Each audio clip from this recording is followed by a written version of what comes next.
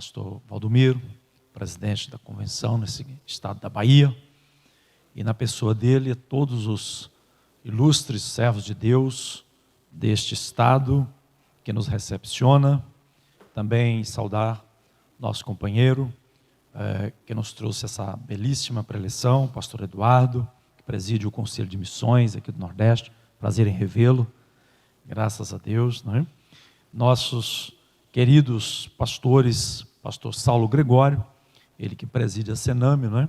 E na pessoa dele, também a nossa convenção geral aqui representada. E meus amados irmãos, pastor Francisco, muito obrigado pelo honroso convite, não é?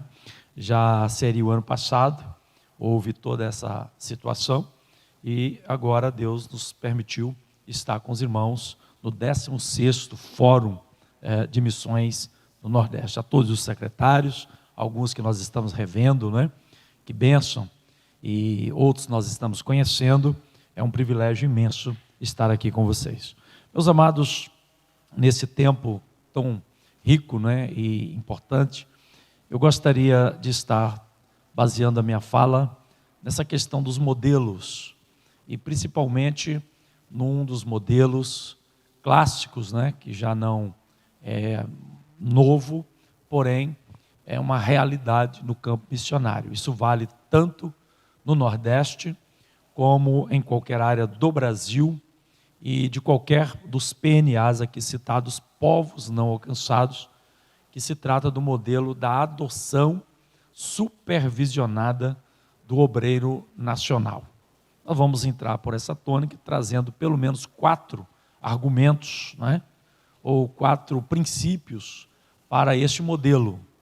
E falaremos também da necessidade, embora nunca se mudou, e o pastor Valdomiro, na sua fala inicial, ele fez lembrar muito bem, não é?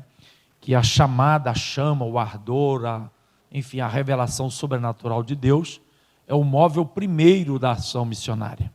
E falta, eu estava esses dias no norte de Minas, não é?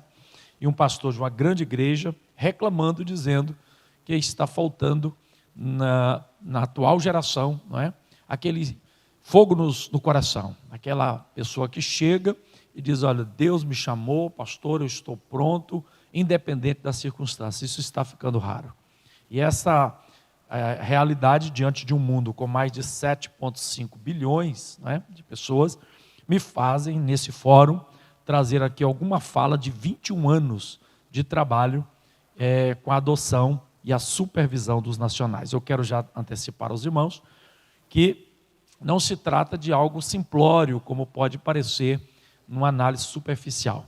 Eu até peço que, ao analisarem o que vamos estar falando, não é, os irmãos nos ajudem a refletir de uma forma pontual, bem, um pouco mais cuidadosa no que nós estamos propondo. Não é à toa que nós temos mais de 21 anos em parceria, né, com igrejas aqui representadas no Maranhão, não é, na Bahia, em Parnamirim, na região do Rio Grande do Norte e em todo o Brasil. Mas eu quero dar a primeira base do que vamos expor em Tito, capítulo 1 e o versículo 5. Vamos começar por aqui. Esse texto é muito conhecido de todos nós. Ele tem nos servido como norte para esse modelo de adoção supervisionada do obreiro nacional. Paulo diz assim: por essa razão te deixei em Creta, para que pusesses em ordem as coisas restantes, bem como em cada cidade constituísses presbíteros, conforme te prescrevi ou ordenei. Meus amados, a ordem do mestre, antes de ser apenas ir e pregar, ela é muito clara: é ir e fazer discípulos de todas as nações. Agora, num mundo desse tamanho, de uma realidade tão grande, não é, em relação a necessidades, o modelo que a igreja vem aplicando de longa data, ele é ótimo quando se trata de uma região geográfica mais próxima. Então, por exemplo, eu me permito aqui, né, a franqueza com que eu vou me expor, mas eu acredito o seguinte, Se eu tenho uma igreja com membros, com obreiros, e essa igreja sequer consegue abrir outros pontos de pregação ou congregações dentro da própria cidade onde ela está, e muito menos alcançar povoados próximos, me permita a franqueza, essa igreja está precisando de dar uma revisão no seu conceito de igreja. E a questão, quando eu falo isso aqui, não é, ela abrange toda a necessidade, até porque a gente tem brincado, né, dizendo que tem os PNA, que são os povos não alcançados, mas tem o PNA, que são os pastores não alcançados. Por que isso? Porque a liderança, eu estou falando hoje a líderes, é por isso que eu estou usando assim esses termos. A liderança é a grande chave da missão, meu irmão. Se o líder não vai à frente, se o líder não procura passar a visão, se o líder não tem realmente, não é, aquela chama no coração, e a coisa se complica.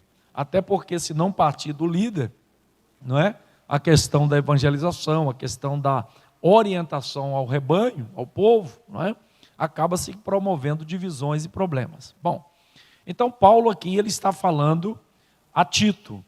E Tito, na nossa concepção, não é, ele é exatamente aquele obreiro que fala a nossa linguagem, que sabe que nós falamos, né, a mesma língua, e ele está supervisionando lá no campo missionário. Então aqui já vai a primeira informação. Adotar um nacional não significa mandar dinheiro para lá, gente. Não, isso é um conceito muito frágil, muito superficial do que se faz. Adotar um nacional não é mandar para ele um Bolsa Família, não é isso. Quando nós falamos da adoção, nós estamos falando de uma adoção supervisionada, acompanhada com relatórios e informações e, acima de tudo, com um profundo comprometimento no reino de Deus. Quando eu falo disso, eu posso aqui dizer aos irmãos que o primeiro argumento, né, que nós traçamos para a adoção supervisionada é exatamente o argumento bíblico. Por quê? Porque a Bíblia nos mostra nesse texto, né, que o grande apóstolo Paulo, ele saiu, né, da igreja de Antioquia, no capítulo 13 de Atos, para fazer cumprir o seu chamado. Só que quando ele vai, ele não leva consigo uma caravana de obreiros, de missionários, né, para que lá ele estabelecesse o evangelho, a pregação. Não. Aonde Paulo identifica esses que seriam os missionários, a ponto de que no tempo de Paulo, em Colossenses capítulo 1, a partir do versículo 18, e eu até me sinto envergonhado ao citar isso aí, porque ali ele diz que o evangelho foi pregado a toda criatura debaixo do céu. Ora, se Paulo falou isso numa época que não tinha internet, não tinha nem mesmo a Bíblia no formato que nós temos, nem as gráficas que possuímos, nem os aviões, nem barcos com motores, e ele citou isso aí, meu irmão, eu acho que está na hora de nós fazermos uma reflexão muito mais profunda sobre a questão de evangelização mundial. E isso, porém, me traz de volta, né, ao princípio. A palavra de Deus, a Bíblia, o argumento bíblico de que o mestre quer que façamos discípulos e não que eu vá ocupar, não é, com a placa da minha denominação, algum espaço nesse trabalho missional. E quando alguém diz assim, será que somos uma igreja missionária? Essa não seria talvez a pergunta seria, será que ainda somos uma igreja? Porque se nós formos igreja, o mundo conhecerá do amor de Jesus. Primeiro ponto. Além disso, nós temos aqui várias citações, não é?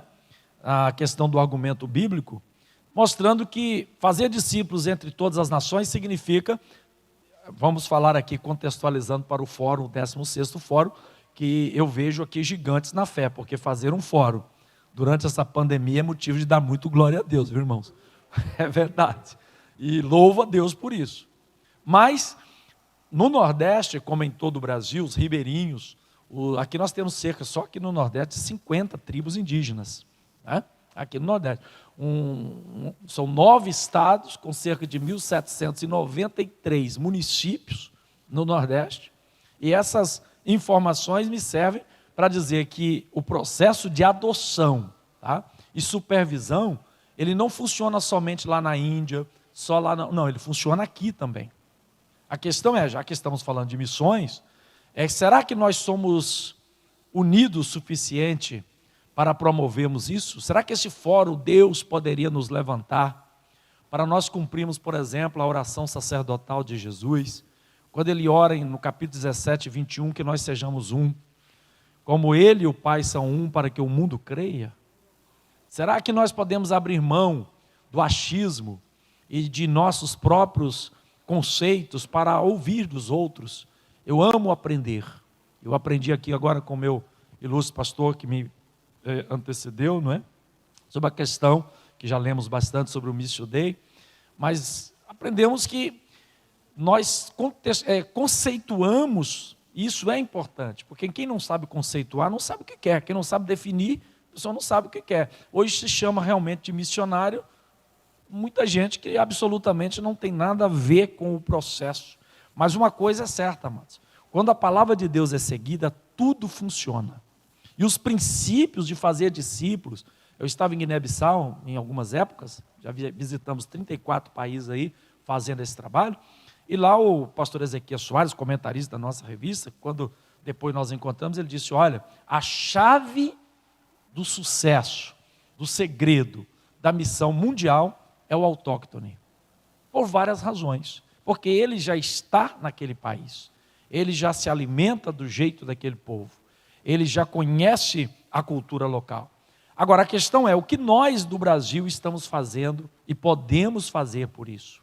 Eu vou tentar apresentar esse modelinho aqui aos irmãos, são apenas 50 minutos, né? O tempo é bastante ideal, porém não nos permitirá ir um pouco mais a fundo em questões mais amplas até. Por exemplo, em países como a China. Na China eu estive lá em alguns anos e naquele período encontrei alguns membros da igreja perseguida.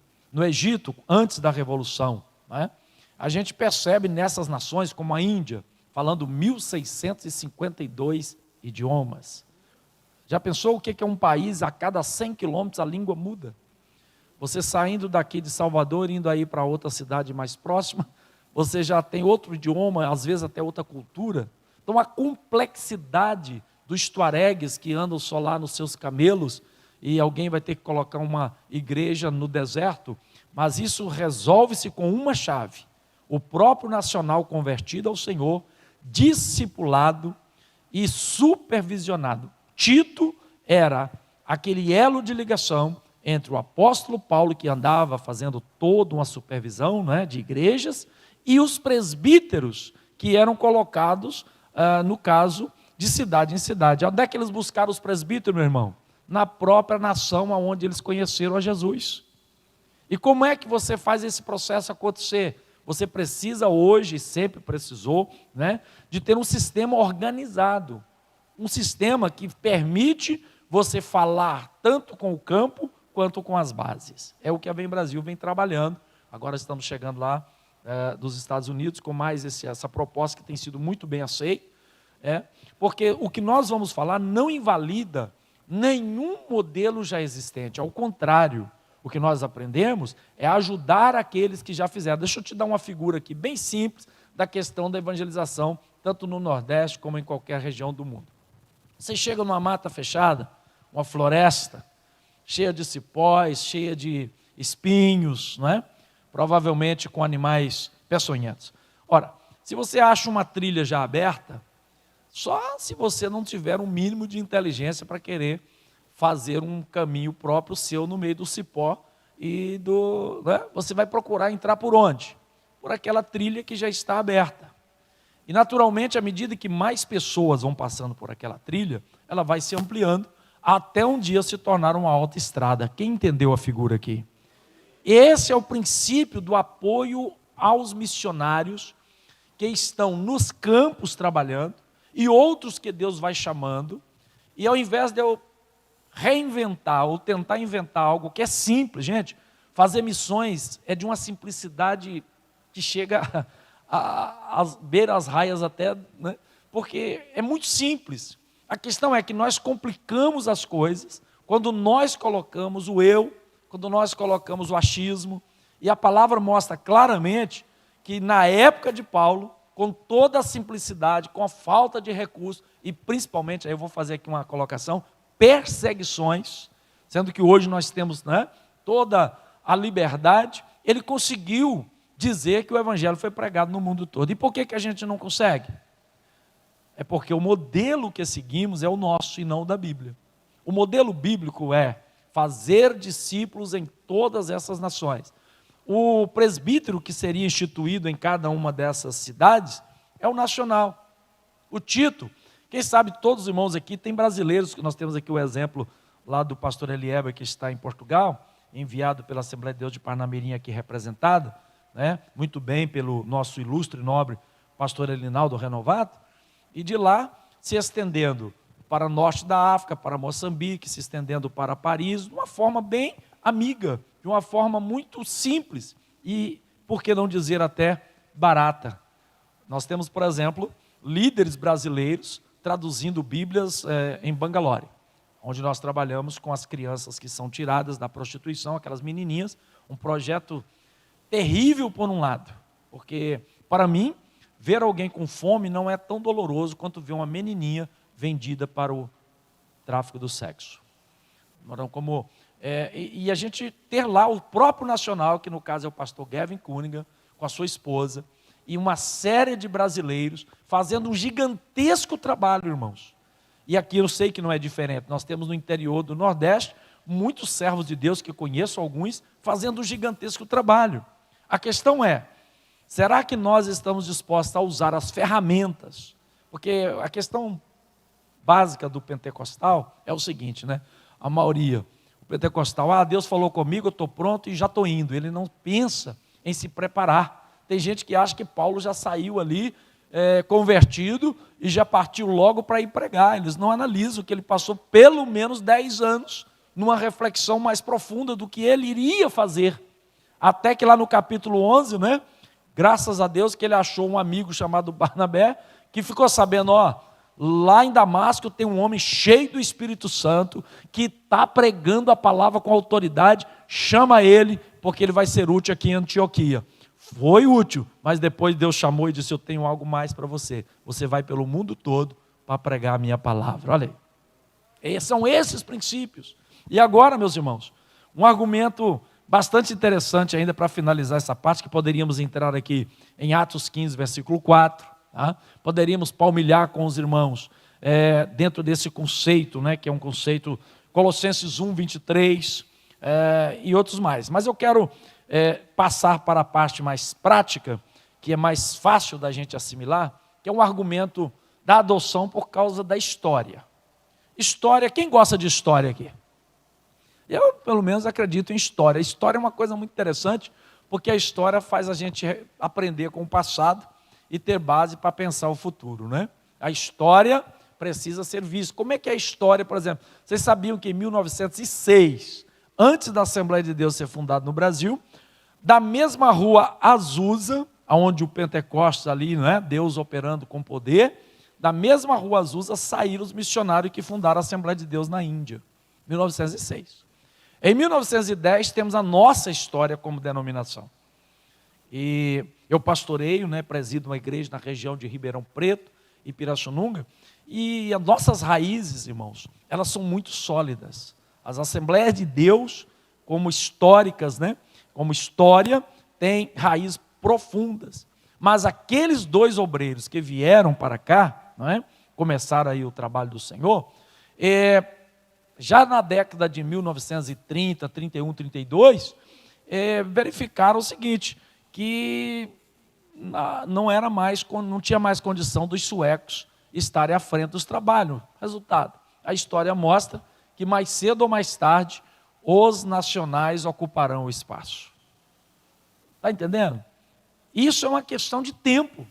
Se o irmão vai lá na Colômbia, se o irmão vai lá na Argentina, nós temos vários missionários representados nessas nações, hoje estamos ajudando em 35 povos, queiramos ou não, mais cedo ou mais tarde a história mostra que o número de presbíteros, de diáconos, de pastores naquela nação, em nome de Jesus, vai crescer. Aleluia. Então a história mostra que nós temos que nos preparar, desculpa aqui a forma de dizer, né? De tirar o bondinho da história. E permitir, é por isso que eu acredito que Jesus fala que se o grão de trigo cair na terra e não morrer, ele fica sozinho. Mas quando ele está disposto a morrer, a abrir mão de seus próprios ganhos, de suas próprias, né? E deixar que outros Deus vai usar, aí a obra cresce. E vou dizer mais, irmãos, a história mostra e comprova que quem não entende isso, conheço muitos que chegam para estabelecer igrejas em algumas dessas nações um pouco mais complicadas, e é só problema, gente. É só dor de cabeça. E isso para não dizer quando o país fecha, né, quando as autoridades às vezes veem a perseguição. Agora, nessa época da Covid, eles sempre me perguntam, pastor Carlos, como é que estão os missionários? Hoje nós ajudamos cerca de 1.100 e alguns missionários.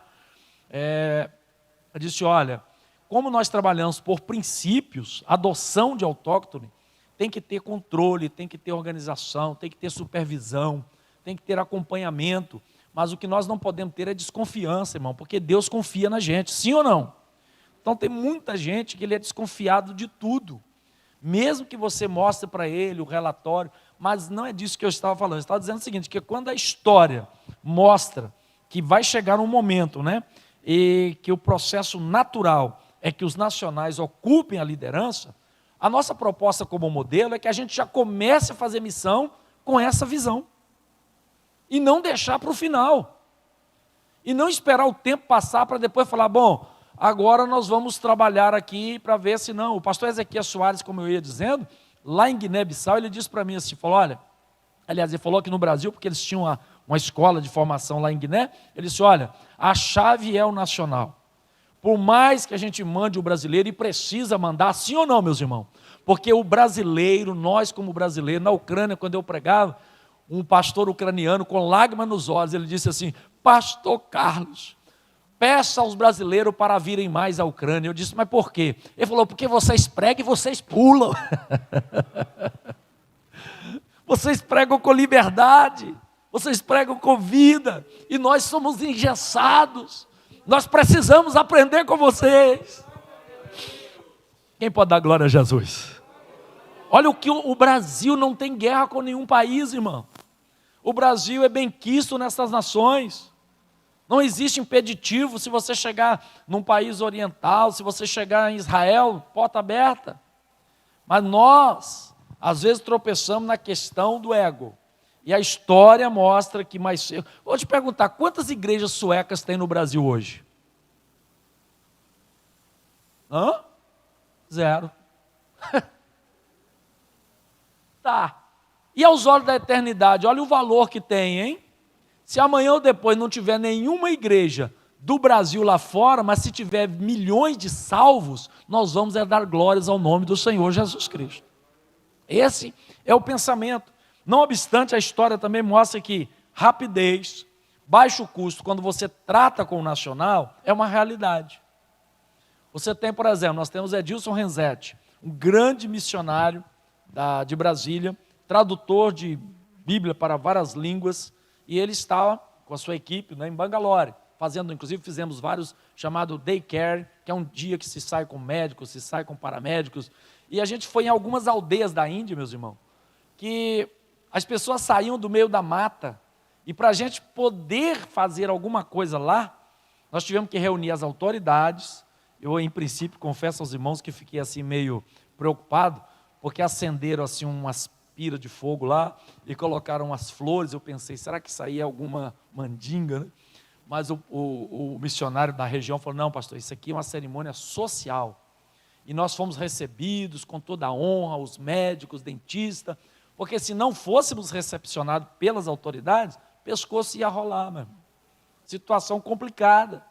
Mas depois chamamos, né, os pastores, inclusive estavam comigo pastores de Ipatinga, na ocasião, e pastor Valdir, e as pessoas recebiam o cuidado médico, os remédios, a questão dos dentistas, enfim, e nós ficamos numa outra ala para orar por eles.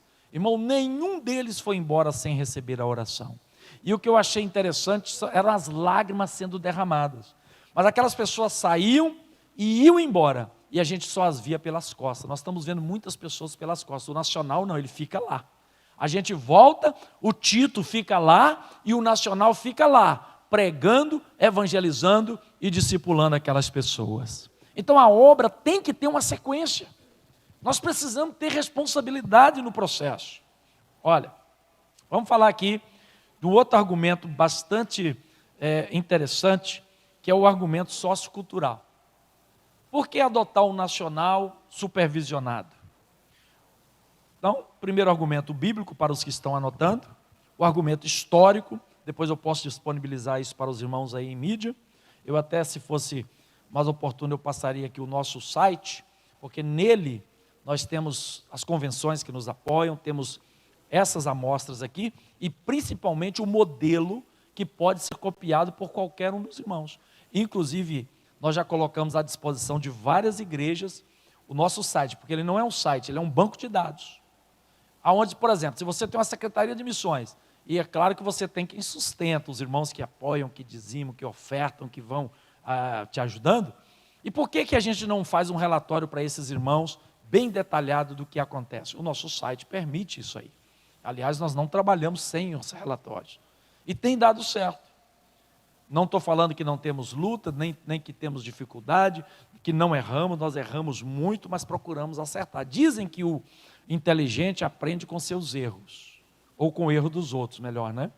O sábio aprende, o inteligente aprende com seus erros, o sábio aprende com o erro dos outros, e o mais sábio aprende com o sucesso dos outros. Amém, meus irmãos? Então está na hora da gente ver o que funciona. Deu certo. E além desses argumentos, o sociocultural é que na base de toda a sociedade, a sua cultura, seus costumes sempre são extremamente relevantes e ninguém abre mão deles. Nenhuma cultura aceita ser substituída por qualquer outra, não é? Assim sendo, é sábio nós entendemos que em algum momento da evangelização, até mesmo aqui no Nordeste, viu? A gente está lá no interior de São Paulo, eu sou mineiro, na verdade, até por ser militar, não é? Já rodamos por esse Brasil todo. Em alguns lugares que você vai no Brasil, as pessoas usam expressões que em alguns outros lugares são até um tanto quanto pejorativas, né? Já em outro lugar são expressões muito comuns. E a gente sabe que o respeito à cultura local, o atendimento ao que eles, como é que eles chama-se de cosmovisão, a gente tem que respeitar. A gente precisa, por exemplo, eu estava conversando com alguns esses dias que falaram que em determinada cultura, a gente aqui fala que para nós o passado ficou lá atrás. Para eles não, para eles o passado está lá na frente. O futuro para eles é que ficou para trás. Eu perguntei, mas por que vocês pensam assim? Ele falou, muito simples. Porque o passado não está atrás, ele está na minha frente porque eu posso vê-lo, conhecê-lo e aprender com ele. O futuro está nas minhas costas porque eu não o vejo, não o conheço e não sei o que virá. Olha que interessante. E a gente às vezes, e o problema de não respeitarmos, né, a cultura nacional, por exemplo, me perdoem, mas eu estive em algumas igrejas africanas que tocam tambores e batem aqueles pandeiros. Nas igrejas da Índia, os irmãos entram cantando e pulando e saltando, e com flores nos recebem, e assim vai, em cada cultura tem a sua especificidade. Mas muitas igrejas brasileiras chegaram lá, começaram o trabalho e substituíram os instrumentos africanos por teclado, entendeu? Aqui vai uma colocação.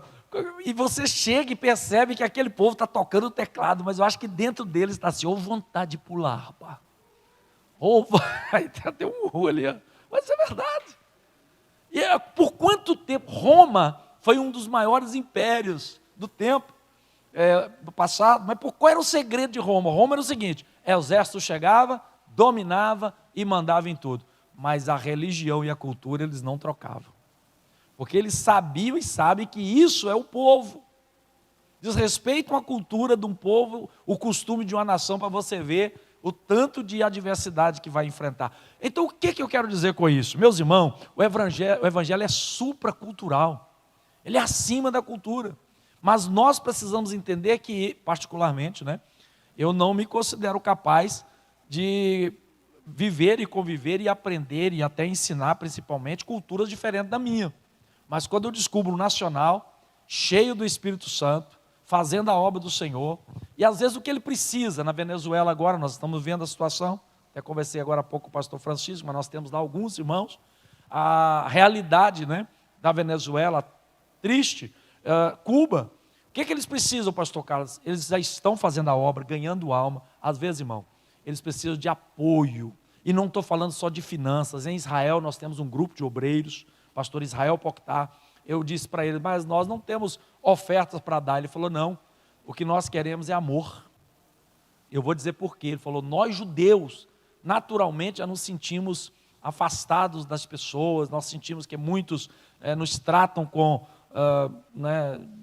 indiferença, ou mesmo já nos colocam numa posição um tanto quanto delicada, mas vocês não, vocês vieram aqui não apenas, disse ele, para conhecer a história de Jerusalém e de Israel, mas vocês vieram saber como está a igreja de Cristo aqui nesta nação.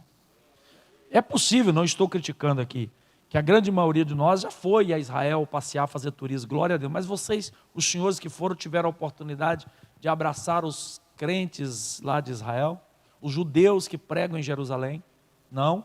Então é essa a nossa proposta, é uma proposta de uma caminhada em que eu não pretendo mudar a cultura do povo, eu não penso nisso, mas eu penso em formar discípulos, porque o Brasil tem um grande, irmão, potencial. Quem pode dizer amém? A igreja, olha, o que não nos falta são mestres, são pregadores, são ensinadores, o que não nos falta são pessoas com imensa bagagem.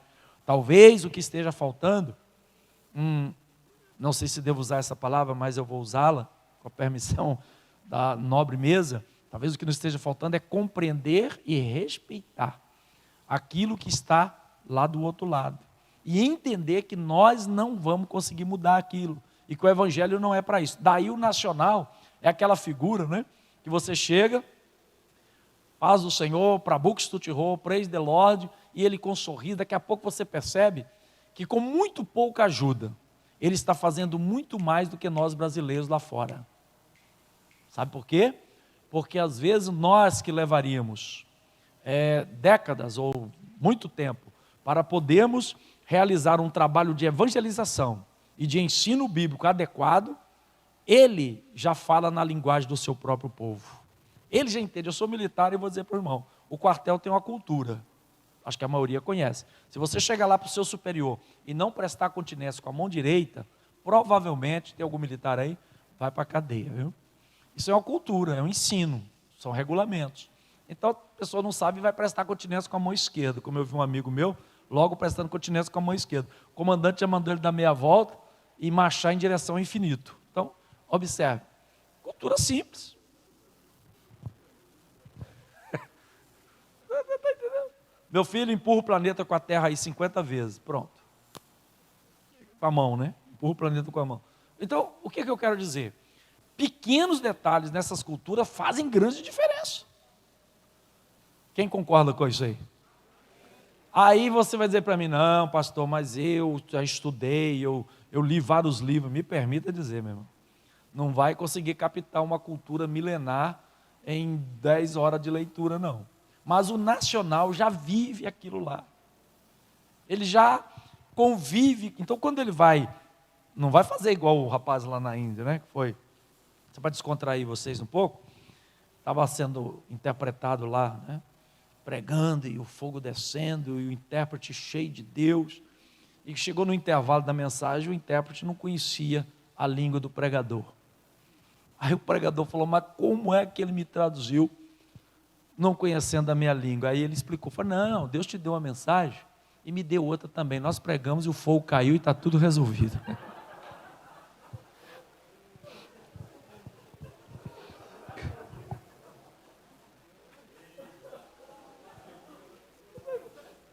O seguinte, você vai conviver, você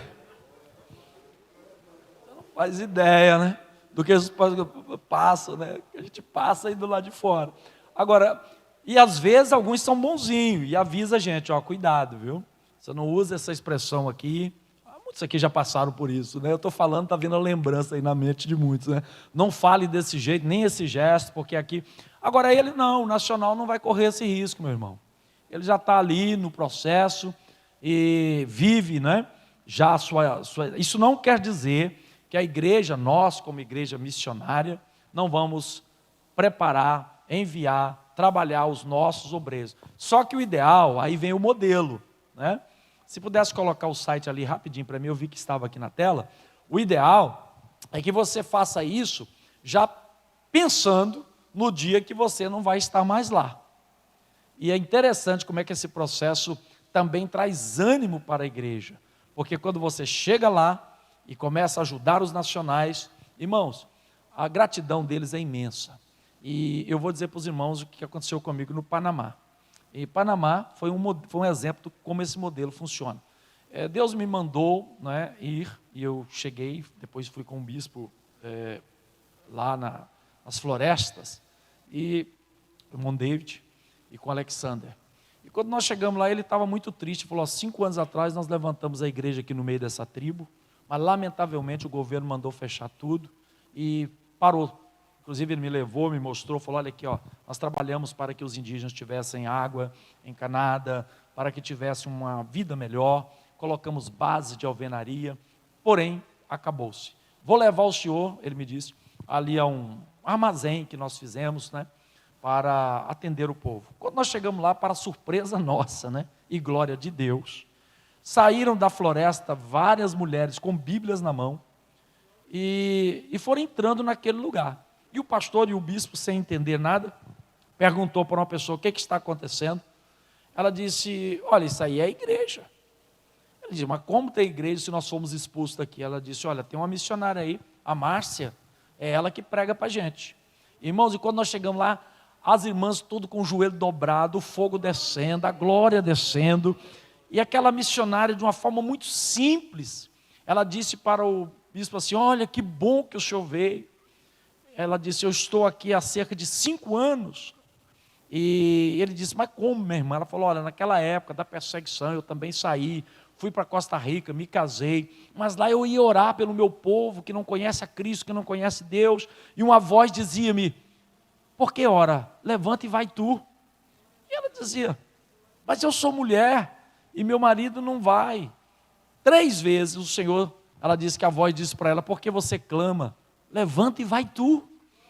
Ela disse pela 3ª vez, Senhor, se o Senhor está me mandando, toca no meu esposo, porque eu sozinha não tenho como. Pela 3ª vez, Deus falou para ela. E quando ela se levanta e foi o esposo, ele disse, claro, vamos. Ela disse, nós viemos aí pelas matas, ela também é indígena, detalhe, ela é de lá, ela nasceu lá, ela vive lá. Eu quero ver o governo expulsá-la.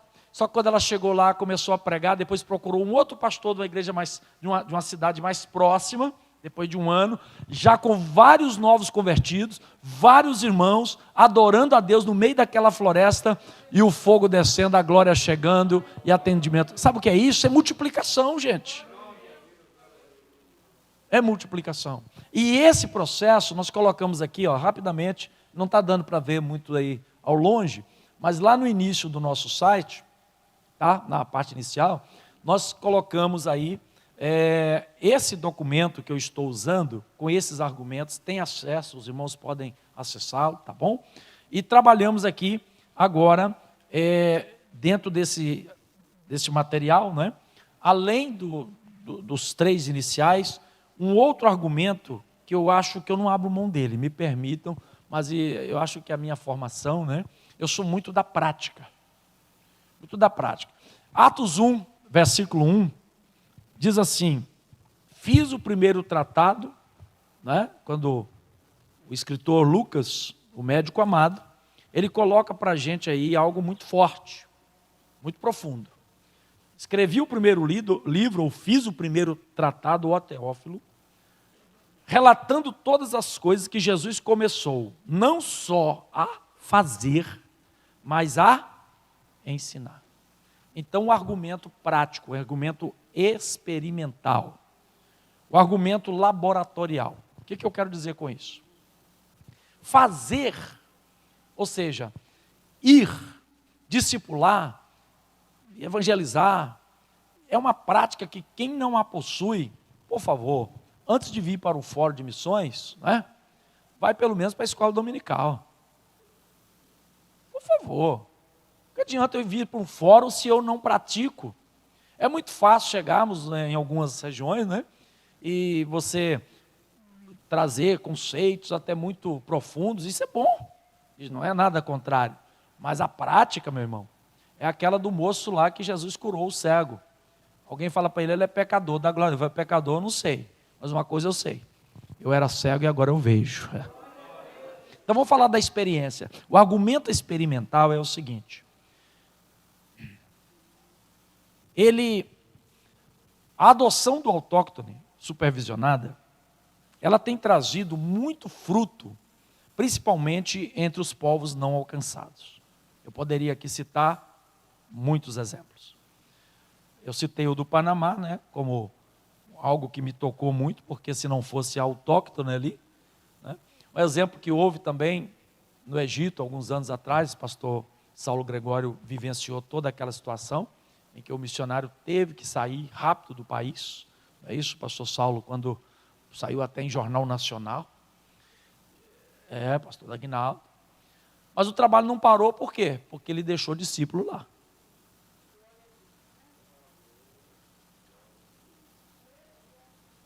Quando isso é ensinado aqui no Brasil, e é aí que eu quero me deter, porque nós não estamos ensinando.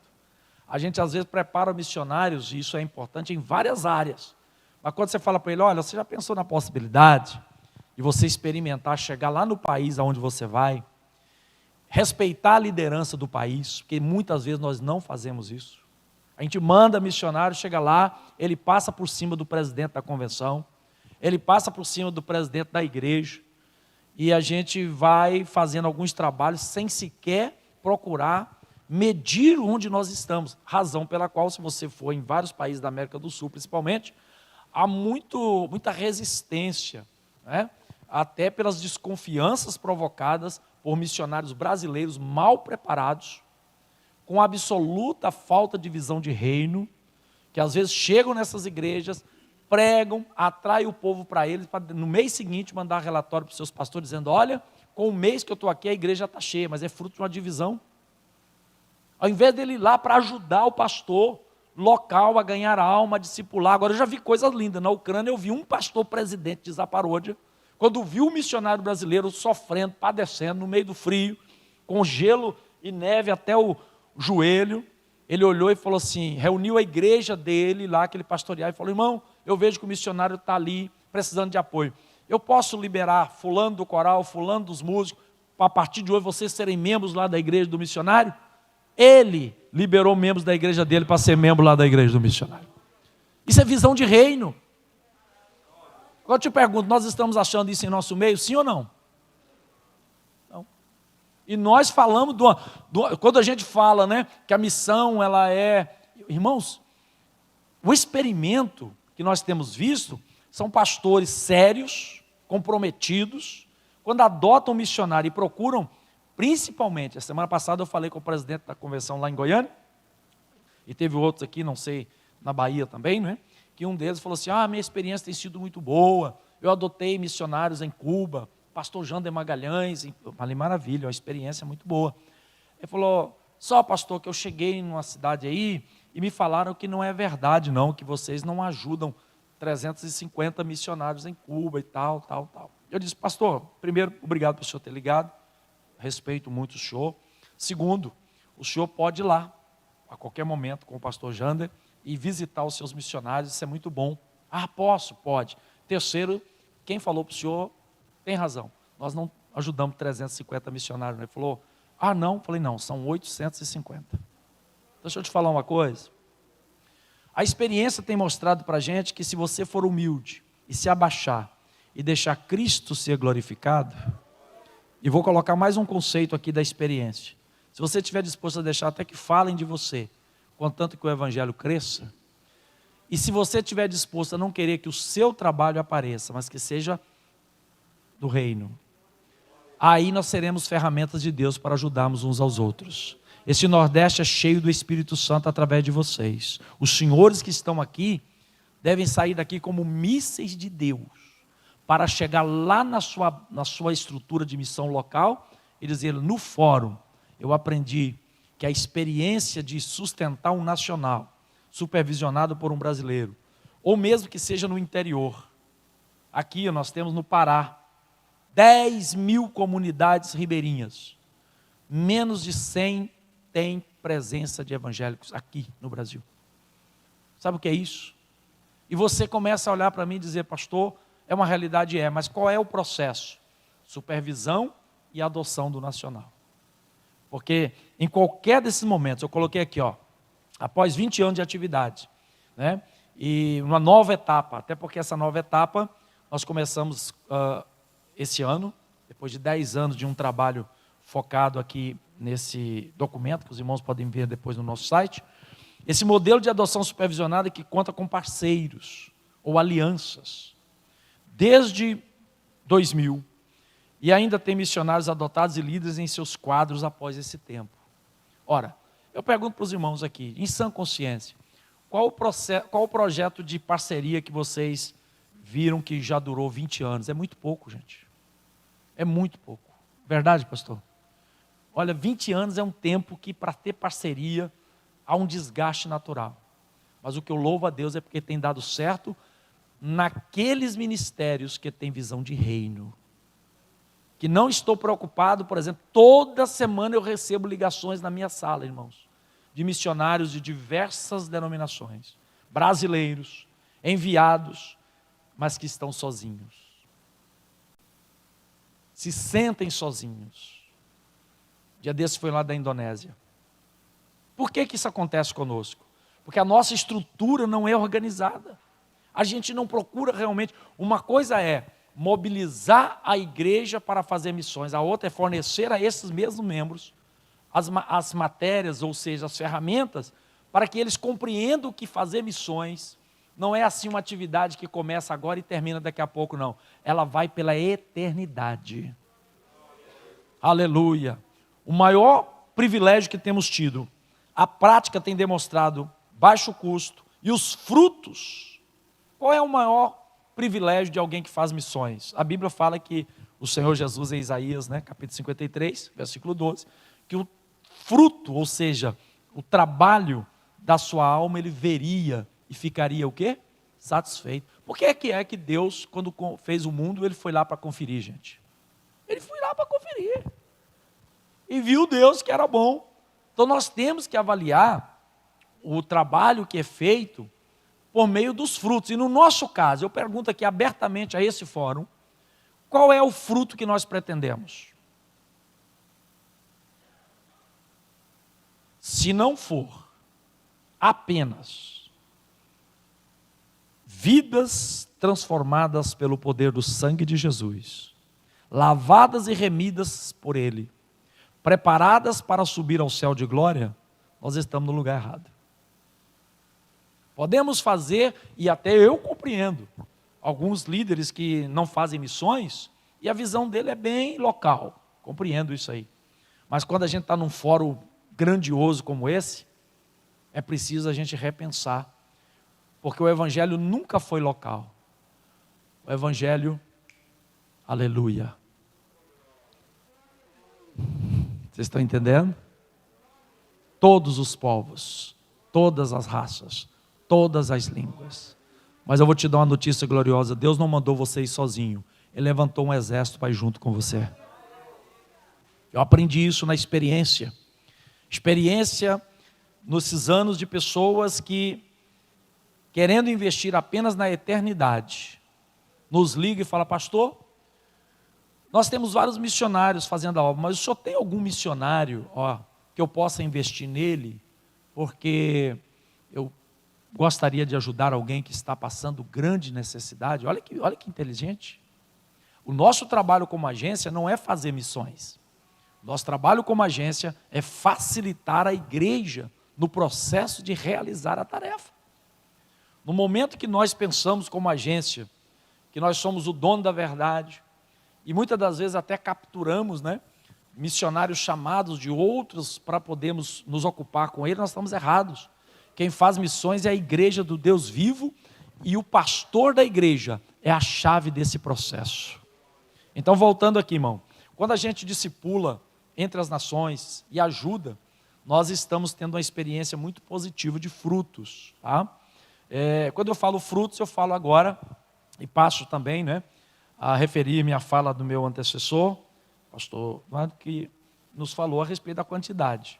Muitas vezes a pessoa, ele se esconde, né, atrás de um dos aspectos da vida cristã, mas missão é ação, missão é trabalho. Missão é não se conformar. Missão é dizer, não está bom não. Eu vou ganhar mais um para Jesus. Isso é missão. No momento em que eu acho que eu faço como Israel, que tomou posse de pequenas partes da terra, e já estou bem no meu pedaço, está em paz, a minha lavoura está boa, a vinha está boa, e eu não me preocupo com os filisteus, girgazeus, heveus, que estão nas terras em volta, eu corro um risco de ser atacado e invadido por essas nações. Então vamos nesse fórum, unidos em Cristo e por missões, até os confins da terra, meus irmãos, mas dependendo uns dos outros, de mãos dadas, irmanados. Eu quero colocar à disposição, porque essa minha única fala, a não ser na tarde de amanhã, a nossa agência para o que for útil aos irmãos, alguns aqui já trabalhamos juntos, mas principalmente colocar as ferramentas que são um site, onde o missionário, neste momento, enquanto eu falo com os irmãos, ele está fazendo batismo lá do outro lado do mundo, e o batismo já está chegando aqui para a igreja que o adota. Amém, meus irmãos? Em 99, pastor Francisco, quando nós começamos esse trabalho, depois foi no ano 2000, final de 99, e a gente falava assim, um dia vai ter internet nas igrejas. 99, ó, pouco tempo atrás. Um dia nós vamos poder ter o privilégio de ouvir e ver um missionário em qualquer área do mundo falar ao vivo em nossos congressos. As pessoas olhavam e falavam assim, é um sonhador, está pirado, não vai. A gente subia com aqueles computadores desse tamanho, né? Saulo lá em Belo Horizonte, pastor Saulo, daquele, e alguns olhavam e diziam assim, eu creio, pastor, Deus vai, não. E outros já olhavam e falavam assim, isso não vai virar. Mas até aqui, o Senhor tem nos guardado. Então é um banco de dados, porque, gente, no mundo informatizado de hoje, se a nossa Secretaria de Missões, os nossos fóruns, se a gente não tiver pelo menos um banco de dados bem organizado, de maneira a fazermos chegar, eu tenho ainda 2 minutinhos, fazemos chegar ao mundo a palavra de Deus, no nosso caso propomos pelo autóctone, porque queira ou não, você nunca vai fugir disso, com a supervisão de um brasileiro, tá certo? Mas organizado, controlado, supervisionado. Aí sim, o nome do Senhor é glorificado e a gente tem menos peso para render muito mais no reino de Deus. Com a permissão da mesa, eu quero fazer uma oração com os irmãos. Ficamos de pé, por gentileza. Meus irmãos, só para calibrar, entenderam a fala aqui, amém? Deus abençoe a todos. Oremos, querido Pai, eterno Deus. Te louvo, te honro nesta hora pelo fórum que acontece aqui no Nordeste, aqui na Bahia. Sabedor, Senhor, de que o Senhor nos reuniu aqui para algo mais profundo, para algo maior. Para nós sairmos, ó Deus, daqui, não apenas com conhecimento, intelecto, mas saímos com o coração ardendo, Deus.